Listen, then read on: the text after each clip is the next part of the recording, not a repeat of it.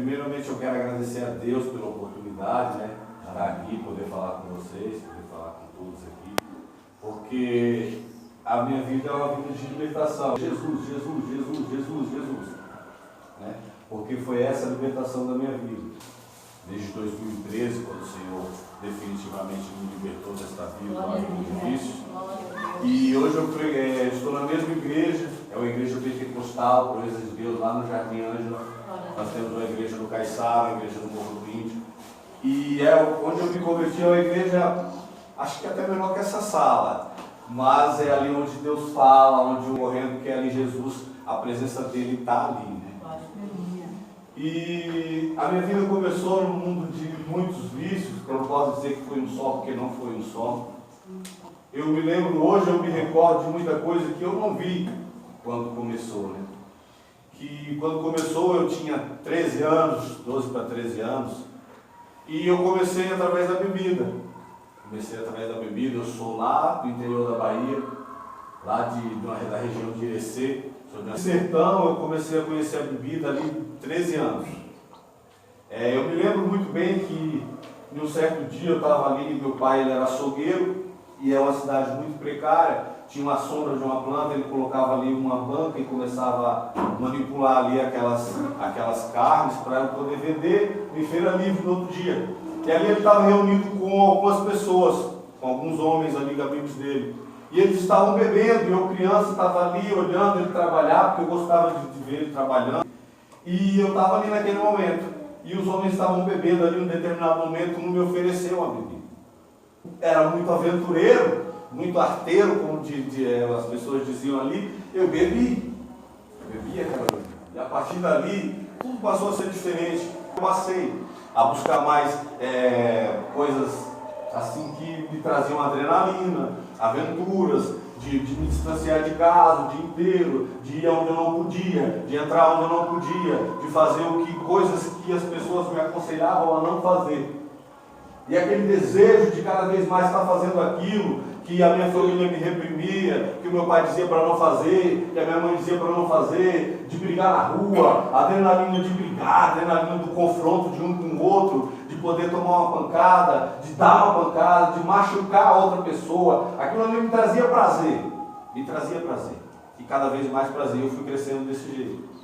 Com 14 anos, nessa época aí, eu viajei para Minas Gerais, para uma cidade chamada Lavras, e lá moravam meus outros 3 irmãos.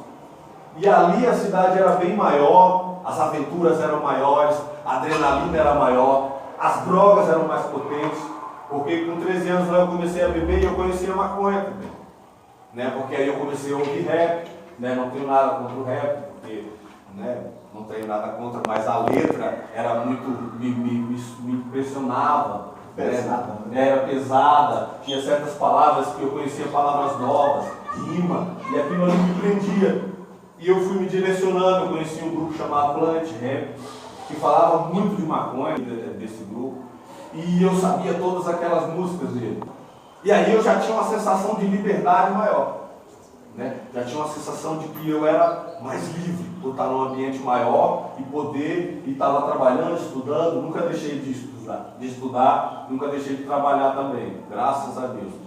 E ali eu comecei a trabalhar e conhecer outras drogas, outras pessoas, outras mulheres, outras adrenalinas que me prendiam, e ali eu fui, mas só fiquei um ano lá, graças a Deus, voltei para a Bahia.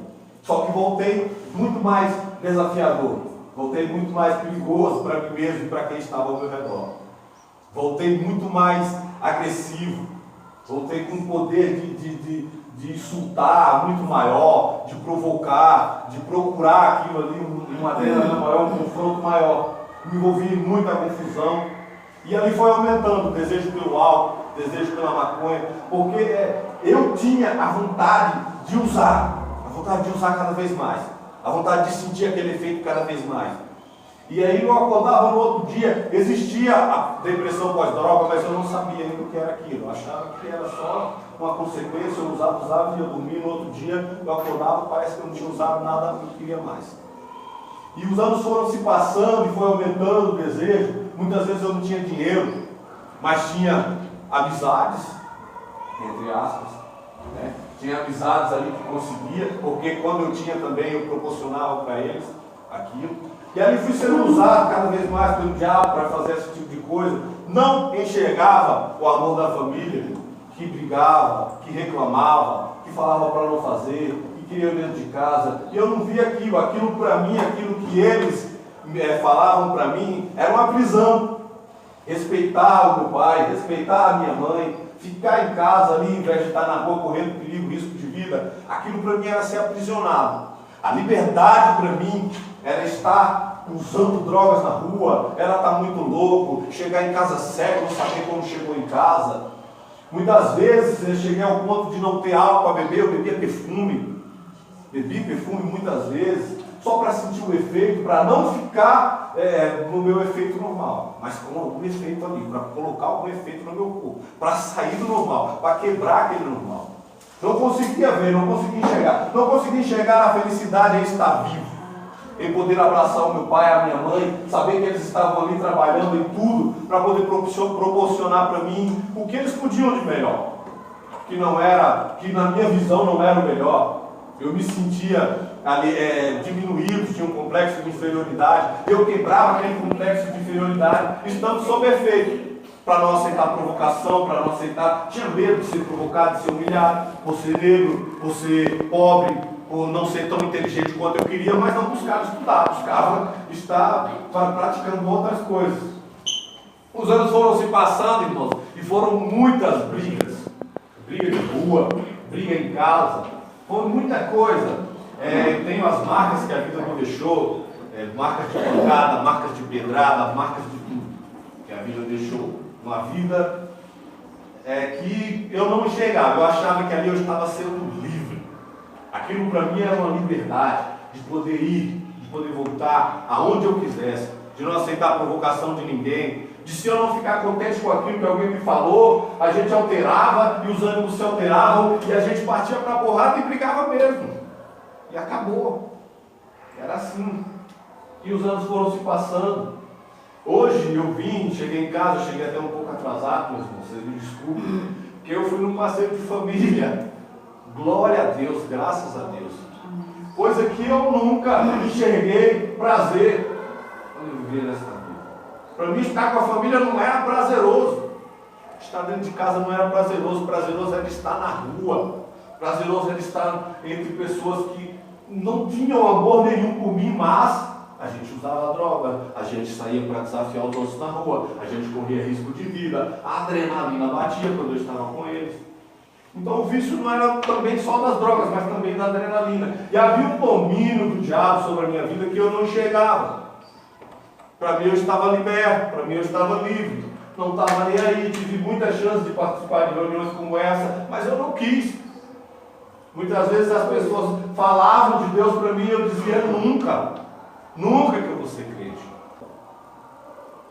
E na minha casa ninguém era, mas eu tinha tios, conheci algumas pessoas que já serviam ao Senhor e que falavam de Deus para mim, mas eu simplesmente ignorava. Eu queria saber de Jesus, eu queria saber.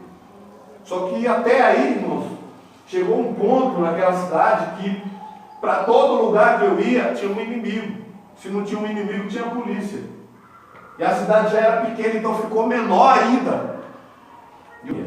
Eu tinha minha irmã aqui em São Paulo, meu irmão que morava em Mauá, um que morava lá em Lavras, que ficou lá desde quando foi. Só que eles não me queriam dentro de casa, porque sabiam como é que eu era. Como que eu ia para dentro da casa deles? Eles tinham filhos, que exemplo que eu ia dar para eles?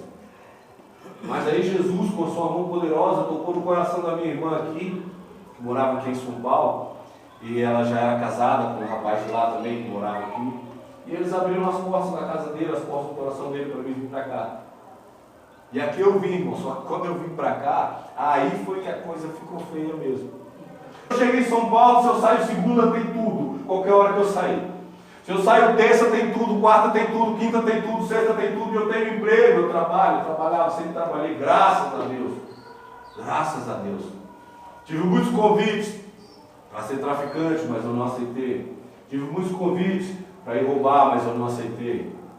Lá no fundo, eu tinha medo de envergonhar a minha mãe e o meu pai, que sempre confiou muito em mim.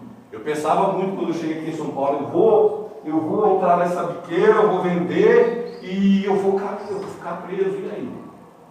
E aí? Eu vou estar lá preso, mas o meu pai e a minha mãe estão lá naquela cidadezinha pequena e vai estar sendo envergonhado, todo mundo vai falar dele, tá? Que o filho dele está preso aqui em São Paulo. Aí eu nunca fui preso. Mas eu trabalhava todo dia, tinha um dia de folga na semana. Já aconteceu vezes de eu receber o dinheiro hoje, amanhã eu tenho que pedir um vale lá no trabalho, porque eu não tinha mais dinheiro. Eu tinha cheirado todo esse dinheiro. Eu tinha fumado ele todo mesclado, ele. Comprava crack, botava na maconha, fumava aquele mesclado, ficava a noite inteira sentado num canto ou dentro do banheiro, com aquele, quebrando cada vez mais, fazendo aquilo ali, e ali fumando aquilo, só para sentir aquele efeito. E não enxergava que eu estava ali preso, amarrado com aquelas correntes. Não conseguia ver aquilo. Quando eu não estava fazendo isso, eu estava cheirando a noite inteira. Eu morava ali, na Vila Missionária. Conheço, hein? Morava ali na Vila Missionária. Ficava da Vila Missionária para a Vila Joaniza. Tem uma favela ali. E eu chegava ali, porque, veja bem, eu cheguei aqui em São Paulo, não conhecia ninguém. Arrumei um emprego, eu estava ligando para minha mãe, tinha um rapaz lá no Orelhão, esperando. Na época a gente ainda ligava de Orelhão, 2007. E quando eu saí, ele falou, você está precisando de emprego? E eu falei, eu estou. Ele estava ali esperando para ligar. Ele falou, eu vou arrumar um emprego para você. Eu falei, tá bom, eu morava perto do Orelhão, falei para onde era. Um mês depois ele apareceu lá. Eu fiquei quase 3 anos nesse emprego. E um dia, vindo no ônibus de lá para cá, eu ainda não tinha usado nada aqui. 2 meses e tal, ainda não tinha usado nada, estava naquela fissura mesmo. Os ânimos quase amarrados, querendo, mas não sabia como procurar, nem como chegar. Eu estou dentro do ônibus, olha só como o diabo age. Eu estou ali dentro do ônibus, ali na porta, e venho em pé, o ônibus lotado. Quando eu olho para o lado, tem 2 caras conversando ali. Quando eu vejo um, tira um pedaço, tira a maconha do bolso e dá para o outro. Naquele momento ali, o diabo sussurrou no meu ouvido e disse, é agora. Está aí a oportunidade que você queria, era só o que eu queria. Já conversei com eles ali, já conheci essa favela aí e nunca mais saí daquela favela. Porque ali sim, verdadeiramente ali sim, eu tinha a sensação de liberdade que eu sempre sonhei. Porque ali eu chegava, eu pegava a droga que eu queria, eu sentava ali e ali eu usava na frente de todo mundo, ninguém me falava nada e pronto. Só que acontecia uma coisa ali. Foram muitos anos que eu fiquei ali, 2007, de quando eu comecei até 2013. Eu sempre frequentei aquele lugar. E ali acontecia uma coisa, meus irmãos, olha só como é que Jesus trabalha, que eu sempre que aquilo acontecia, me tocava. Muitas vezes a gente estava naquele beco ali, ou fumando maconha, ou cheirando. Ali eu não usava pedra ali, eu usava dentro de casa, sempre mesclado, não usei pedra pura, sempre mesclado, misturava na maconha e fumava. E muitas vezes a gente estava ali fumando maconha ou cheirando, ali no beco, aqui as pessoas aqui no beco, do outro lado, e ali moravam pessoas cristãs. Ali tinha gente que era cristão dentro daquela favela. Tinha famílias ali, servas do Senhor. E muitas vezes a gente estava ali fumando e as pessoas passavam, e elas passavam no meio e diziam com licença, pediam desculpa e passavam. Toda vez que aquilo acontecia, meus irmãos, eu olhava para aquilo e eu pensava, como essas pessoas conseguem? Foi na época que eu morava lá. Nessa época eu morava lá e eu passava nesse meio também. Meu Deus. Glória a Deus, irmãos. As pessoas diziam, eu olhava aquilo, irmãos, vocês estão vendo como é que as coisas, eu não conheço. Se eu vi ela, eu não lembro. Né? Até porque eu sempre estava ali sob efeito. E aí, meus irmãos, eu olhava aquilo e eu dizia, como essas pessoas conseguem? As pessoas não têm um vício. As pessoas cuidam da vida delas, não dão atenção para a vida dos outros. As pessoas entram, saem, passam no meio das pessoas que estão erradas, incomodando elas aqui. E elas pedem licença, elas pedem desculpa. Como isso é possível? Como isso acontece? Aquilo eu não entendia, aquilo me intrigava. Aquilo me intrigava, irmãos. E os anos foram se passando, as coisas foram ficando feias. E eu peguei um pacote que tinha lá, que era maior de farinha, que era um Faustão, que eles chamavam de Faustão por ser grande. E naquele dia eu cheirei aquela farinha todinha dentro de casa, e de manhã eu quase morri, irmãos. Aquele dia eu cheguei perto da morte, porque eu fiquei abraçado no vaso sanitário, e o meu estômago revirava, e não saía nada, o suor frio pingava, eu comecei a tremer, e aí eu dizia, meu Deus, eu vou morrer aqui agora, vou me achar morto aqui dentro. Na hora que eles verem que eu não saí daqui, eles vão derrubar essa porta, e eu estou morto aqui abraçado no vaso. Mas mais uma vez, Jesus não deixou isso acontecer. Foram se passando, chegou o ano de 2010, irmãos, e quando eu cheguei no mês de dezembro, eu fui olhar para trás, eu tinha cheirado quase todo dia. De janeiro, tinha pegado uma parceria com um rapaz lá que trabalhava comigo, que morava lá. Quando chegou em dezembro, que eu fui olhar para trás, eu tinha cheirado quase todo dia. Eu falei, meu Deus, o que é isso? Aí eu comecei a perceber que já não era mais como eu achava. Que eu usava porque eu queria. Que eu usava o que eu quisesse porque eu era o bambambam, porque eu podia, eu tinha liberdade de fazer o que eu quisesse, eu trabalhava, eu pagava minhas contas, eu comprava droga com meu dinheiro que não era produto de roubo, o que eu pensava, né? Então aquilo me impulsionava a viver desse jeito. Aí eu comecei a pensar que já não era mais por isso, que eu era realmente viciado. De 98 para 2010 que eu fui pensar nisso. Quantos anos afundado, quantos anos destruindo, magoando pessoas, me mantendo ali preso nas garras do demônio sem chegar, até que eu fui ver que eu não era isso, que eu era dependente já, que eu já estava dependente dos vícios. Quando eu percebi isso a partir de 2010, que entrou 2011, começou a diminuir. Já não fumava mais mesclado, mais cheirava, mas continuava fumando a mesma coisa. Quando entrou 2012, irmãos, aí eu comecei a ficar incomodado. Porque eu tentava ficar um dia, dois e eu não conseguia. Aí eu comecei a me firmar no kardecismo. Minha mãe veio para cá, eu levei ela lá na cidade de Júlia, que tem um centro espírita lá. Aí eu ia com ela, e ela foi embora, eu comecei a ficar indo para esse centro espírita. Só que não adiantava de nada, eu saía de lá, pegava o ônibus, descia na frente da biqueira, e eu ia lá e comprava e ia para casa. Não adiantava de nada. E eu ficava sem entender. E muitas vezes aquele homem lá falando, palestrando lá sobre a doutrina deles lá, ele olhava para mim e dizia, olha, quando você vier para cá, que vier esse espírito, como é que eles falam, esse espírito... vou usar espírito, eu esqueci como é que eles falam exatamente. Esse irmão, esse espírito, uma coisa assim que eles falam, espírito opressor. Quando que vier esse espírito opressor que está com você, você não deixa ele lá na porta, convida ele para entrar também. Ele falava isso, eu olhava assim, e eu via que ele estava olhando para mim, falando aquilo comigo. Nessa época eu já não bebia mais, porque eu já tinha chegado numa situação que, quando eu misturava com a bebida, eu ficava louco. Eu ficava cego, eu não sabia, eu chegava em casa sem saber como é que eu cheguei, como é que eu fui. Já não via mais nada. Não sabia, passava horas e horas, eu pensava, eu vou morrer qualquer hora desse jeito. Ou atropelado, ou fazer uma besteira, alguém vai me matar, porque eu não sei o que eu estou fazendo. Aí eu já não misturava mais com bebida. Mas continuava cheirando e fumando maconha.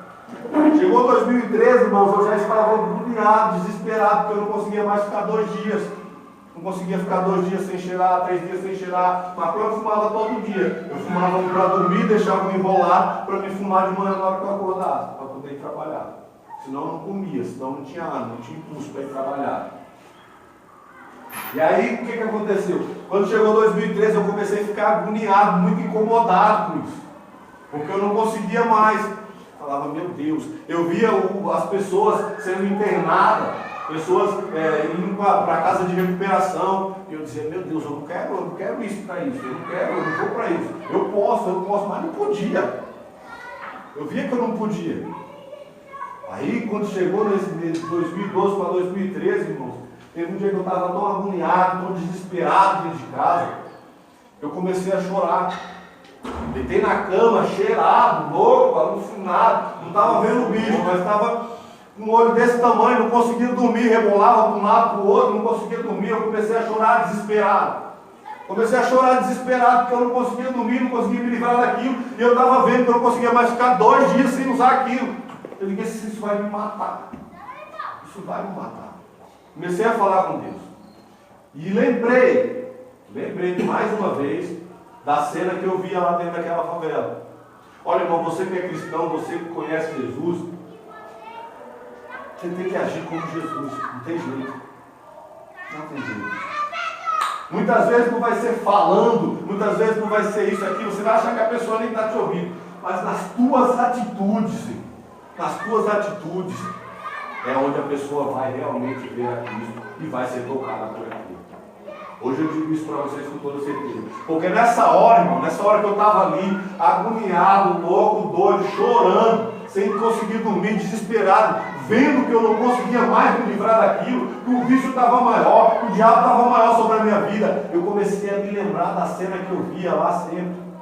E quando a gente estava sentado ali cheirando, ou em pé ali fumando, aquelas pessoas passavam no meio e diziam com licença, muitas vezes se esbarravam, pedindo desculpa, entravam para dentro da casa dela e ia viver a vida dela. E a gente ficava ali no meio daqueles sendo dominado por aqueles demônios. Naquela hora eu me lembrei daquilo. E eu falei para Deus, depois eu falei, Senhor, se tu podes, como que é isso? Eu não sei como é que é isso. De quando eu vim da adolescência, que eu vivo sou perfeito. De quando eu vim da adolescência, que eu vivo buscando drogas e efeitos e estou nesse caminho. Como é isso? É possível isso? Eu tenho que dizer para Jesus, é possível isso, Jesus? Eu consigo, é possível uma pessoa viver sem nenhum vício? Porque eu tenho vários. É possível. Porque muitas vezes a gente tem o vício de ser ignorante demais e não percebe. A gente tem o vício de ser mentiroso e não percebe. São muitas coisas que nos levam. E a gente vicia em determinadas situações de humilhar outras pessoas e não percebe. E eu disse para Jesus naquela noite, olha, é possível viver sem nenhum vício. O que é isso? O Senhor pode. Se o Senhor pode, por que o Senhor não faz comigo? Por que o Senhor não me liberta? Por que o Senhor não tira isso de mim? Por que eu tenho que ficar dependente e viver desse jeito? Eu reconheço que eu estou viciado, que eu não consigo mais ficar livre, que eu não consigo mais ficar sem isso. Irmãos, aquilo ali, depois que eu orei, chorei, parece que o Senhor pegou o efeito que estava em mim ali, porque foi muita droga que eu usei, e Ele tirou com a mão dele. Depois que eu orei, depois que eu limpei meu coração, depois que eu chorei bastante, eu consegui dormir. E olha, irmãos, acredite, no outro dia eu acordei como se eu não tivesse usado nada, como se eu não tivesse orado, como se eu não tivesse chorado, cheio de vontade de descer para aquela favela e ir lá usar de novo. E eu fui. Só que quando eu estava lá na Avenida Evante, naquele ponto de ônibus ali, perto do Belo Boi, esperando do outro lado, quer dizer, perto daquelas farmácias, esperando o ônibus para descer, ali veio uma mulher com uns folhetinhos evangelizando. Olha só como é que Jesus trabalha. Veio uma mulher, uma fila, eram umas 5. E tinha uma fila de pessoas. E ela veio evangelizando, ninguém pegou aquele folheto. Veio entregando, ninguém pegou aquele folheto. Quando chegou na minha vez, eu peguei. Ela olhou para mim e disse, a palavra do Senhor diz, ide e pregai o evangelho a todas as criaturas. Muitos não crerão, mas aquele que crê vai ser liberto, lavado, remido e salvo pelo sangue de Jesus. Irmão, na hora que aquela mulher falou aquilo, aleluia, a atmosfera daquele ambiente mudou, aquele lugar mudou, irmão. Eu comecei a me formigar toda, a estremecer, e eu lembrei, eu não estava lembrando, irmão, mas eu lembrei da minha oração, do que eu tinha falado para Jesus naquele momento. Eu lembrei do que eu tinha pedido para Ele. Naquele momento eu lembrei, eu falei, Senhor, o Senhor está falando comigo, o Senhor está me olhando. E a partir daquele momento eu comecei a ficar com medo, eu comecei a ficar com vergonha. Ali eu senti vergonha. Eu falei, Deus, eu não consigo. Agora, nesse momento, eu sei quem eu sou, eu sei de quantos anos eu estou enfiado nisso. Eu sei a vontade que eu estou de ali cheirar, de ali fumar. Mas hoje eu não vou fazer isso. Hoje eu não vou fazer isso. Eu estava com vergonha, porque eu sabia que Deus estava me olhando. Eu já tinha ouvido que Ele era onipresente. Eu já tinha ouvido que Ele estava em todos os lugares. Não tem como eu me esconder dele. Eu estava com vergonha. E eu peguei o ônibus e fui.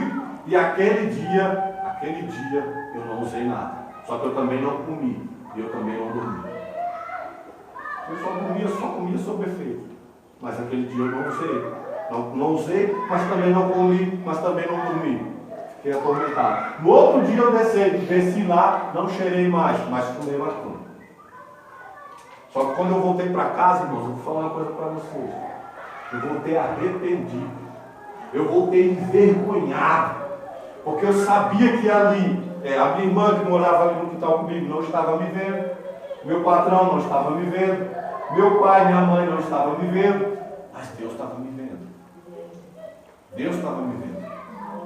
Eu sabia que Ele estava me vendo ali. E eu voltei para casa arrependido. Voltei para casa arrependido. Consegui comer, consegui dormir. Mas fiquei envergonhado. E naquele dia, irmãos, eu dormia ali, eu voltei à tarde, eu dormi e acordei à noite. E quando eu acordei, eu fui orar. E aí eu fiz a mesma coisa, porque eu sabia orar e ainda era os Pai Nosso. Orei mais 5, 10 Pai Nosso ali e comecei a falar com Deus de novo. E aí eu falei para Ele, Senhor, na hora que eu abri meu coração mesmo para Ele, eu falei, Senhor, eu consegui hoje. Amanhã eu não sei se consigo. Mas eu vou lutar para ficar um dia de cada vez. Eu não prometo para o Senhor que eu vou ficar 1 ano, 2 anos, 3 meses, 5 meses, 1 mês, 1 semana. Sem usar drogas, Deus. Mas amanhã, quando amanhecer amanhã, eu vou dizer, hoje eu não vou usar. E assim eu fiz, irmãos. No outro dia, eu não usei. No outro dia, eu não usei. Fiquei 3 dias sem usar nada. No 4º dia, eu usei. Voltei para casa arrependido e envergonhado. Não da minha família, não das pessoas que estavam ali comigo, mas eu sabia que Deus estava me vendo. E eu sabia que eu não ia conseguir se Ele não me ajudasse. E aí, irmãos, eu comecei a ficar desse jeito, orando, não assistia só pornografia, essas coisas na televisão, passei a assistir culto. E ali comecei a aprender a orar pela televisão, como que orava.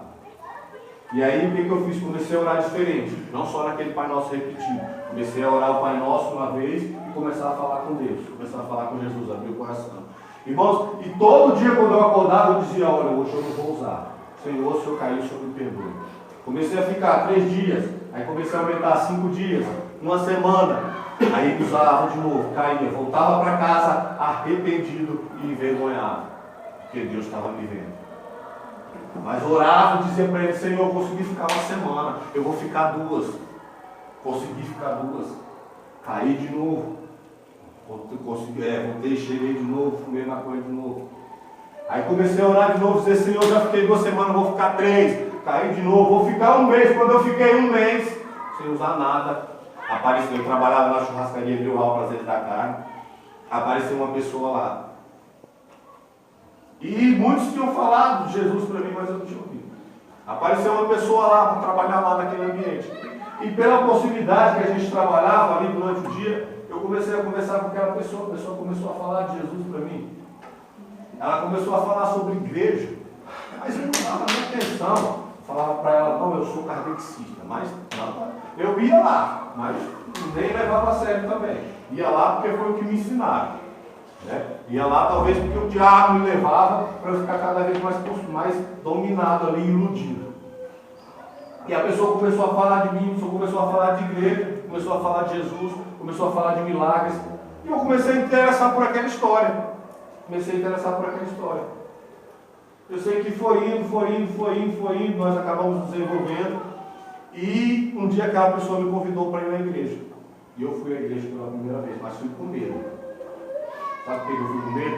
Eu fiquei com medo. Eu sabia, porque pelas coisas que ela tinha me falado, de revelação, ela é igrejinha pentecostal, e ali aquelas coisas que ela tinha me falado de revelação, eu fiquei com medo de eu chegar lá e Deus me envergonhar na frente de todo mundo.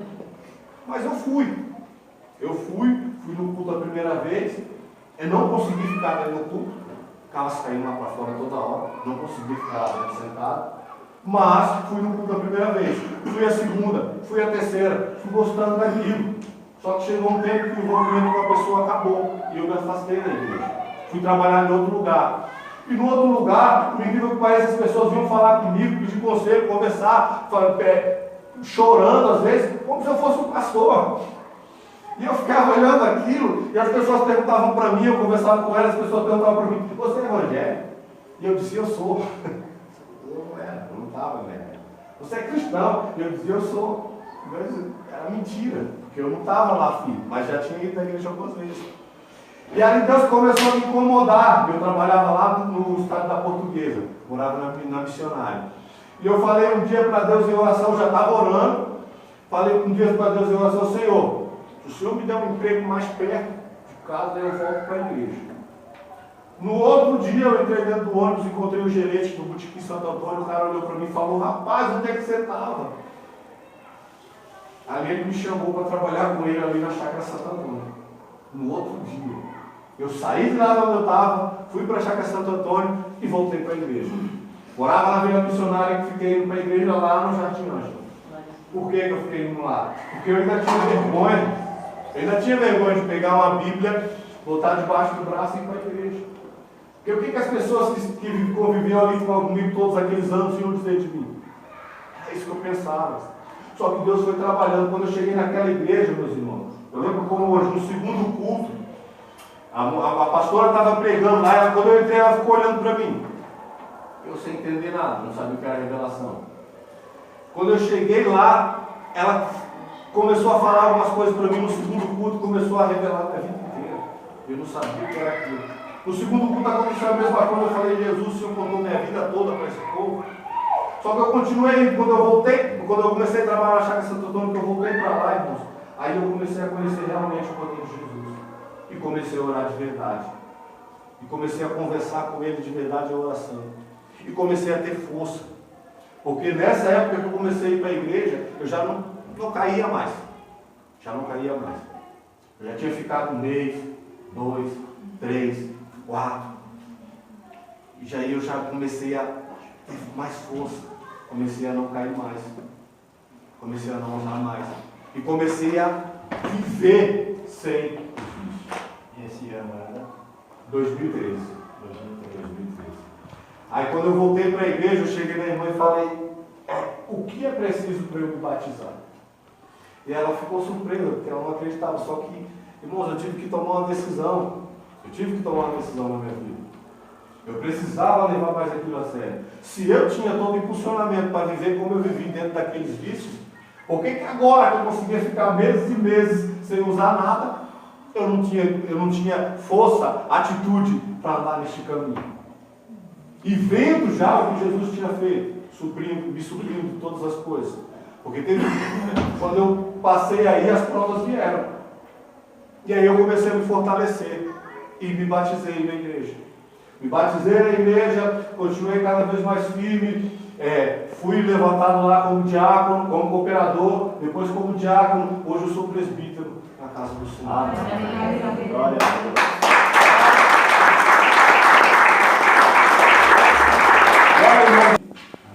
João 8,36. Se, pois, o Filho vos libertar, verdadeiramente sereis livres. Não dá para ser liberto de tudo que a tua carne quer, de tudo que a vontade quer, de tudo que as tuas atitudes, o teu poder de impulsionamento te leva, se não for com Jesus. Amém. Porque é com Ele que você aprende a amar, a ter coragem para amar, a ter coragem para perdoar, a ter coragem para enfrentar o mundo sem precisar estar alterado quimicamente. Amém.